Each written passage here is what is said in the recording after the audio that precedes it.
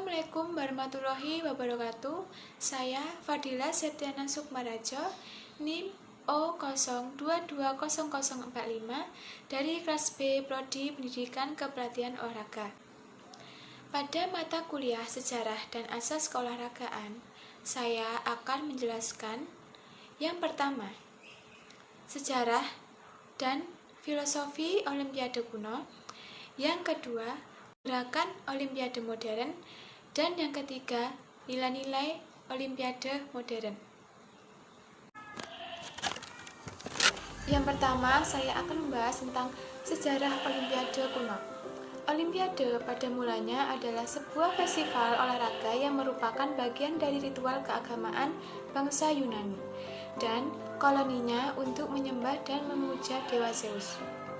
Olahraga yang diperlombakan pada awalnya ada lari meliputi 192 meter, 382 meter, dan 1344 meter. Kemudian ada gulat, lompat jauh, lempar lemping, lempar cakram, dan lempar martil.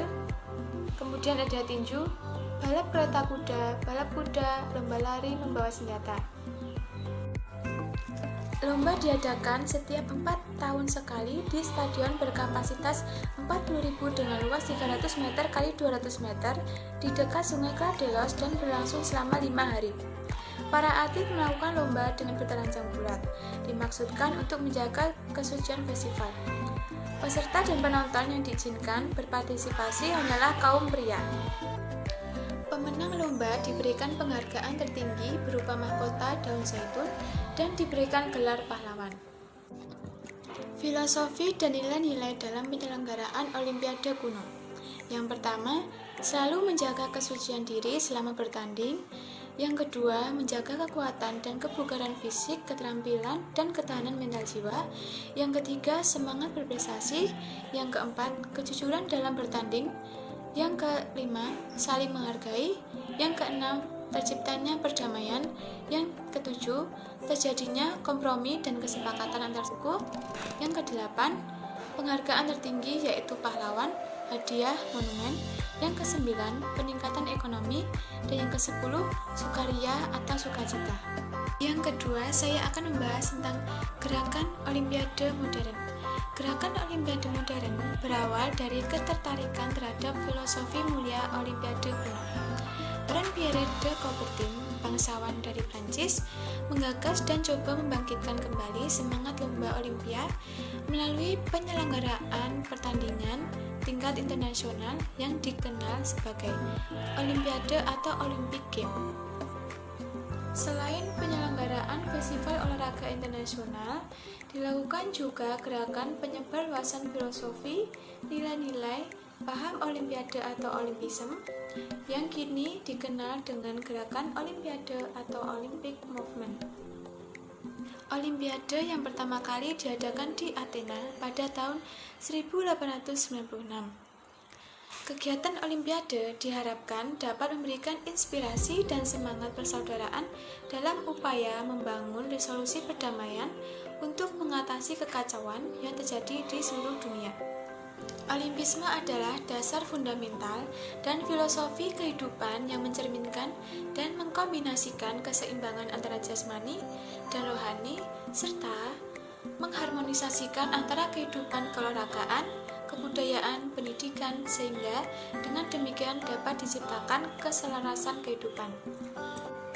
Visi Olimpisme adalah menempatkan olahraga di mana sebagai wahana pembentukan manusia secara utuh yang harmonis dalam usaha membangun suatu masyarakat yang damai dan saling menghormati.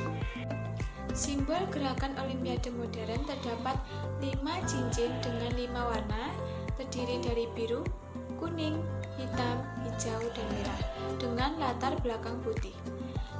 Simbol tersebut menggambarkan wakil dari 5 benua, yaitu benua Asia, Eropa, Afrika, Amerika, dan Australia, serta negara-negara di dunia yang disimbolkan dengan 5 warna yang merupakan bagian dari warna bendera masing-masing negara. Simbol tersebut diciptakan oleh Baron Pierre de Coubertin dan diluncurkan pertama kali dan digunakan tahun 1914 pada Kongres Olimpiade di Antwerpen. Yang ketiga, saya akan menjelaskan tentang filosofi dan nilai-nilai Olimpiade. Ada 7 konsep pembentukan nilai-nilai moral dalam penyelenggaraan Olimpiade. Yang pertama, kesempurnaan dalam kinerja atau excellent in performance. Yang kedua, berpartisipasi dengan kegembiraan dan kesenangan.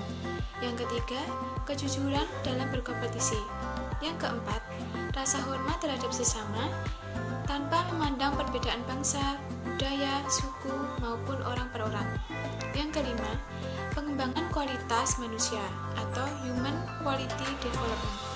Yang keenam, kepemimpinan yang dilandasi oleh kebersamaan berlatih, bekerja, dan berkompetisi. Yang ketujuh, kedamaian antara bangsa. Ada beberapa nilai-nilai dari living excellent atau keunggulan hidup. Yang pertama, kerja keras untuk mencapai prestasi terbaik. Yang kedua, berjuang hingga akhir atau pantang menyerah. Yang ketiga, fokus terhadap pencapaian prestasi. Yang keempat, terus belajar untuk mendapatkan proses yang tepat untuk pencapaian prestasi terbaik. Yang kelima, menjaga keseimbangan antara kebugaran fisik, motivasi atau keinginan, dan kekuatan mental. Kemudian ada living respect. Kita sebagai makhluk sosial harus saling menghargai diri dan orang lain dalam hal yang pertama, perbedaan pendapat, yang kedua, perbedaan keyakinan, yang ketiga, perbedaan keragaman budaya, yang keempat, perbedaan suku, ras, dan bangsa, yang kelima, hak-hak sebagai manusia, yang keenam, pencapaian prestasi atau kesuksesan seseorang. Kemudian ada living friendship. Nilai-nilai yang kita ambil dari living friendship adalah yang pertama, persahabatan. Kemudian yang kedua, berempati dan bersimpati kepada orang lain. Yang ketiga, kerjasama. Yang keempat, saling memberi melayani. Dan yang kelima, saling mendukung. Kesimpulan yang dapat kita ambil adalah Olimpisme merupakan nilai universal dalam kehidupan karena mengajarkan pembinaan pribadi manusia secara terpadu antara fisik, jiwa, dan pikiran. Kemudian, memacu upaya peningkatan kualitas hidup yang lebih baik. Kemudian, mendorong sikap dan karakter hidup mulia, kesempurnaan, respek, dan persahabatan. Kemudian, yang terakhir, dilakukan proses yang luhur, yakni melalui olahraga, kebudayaan, dan pendidikan.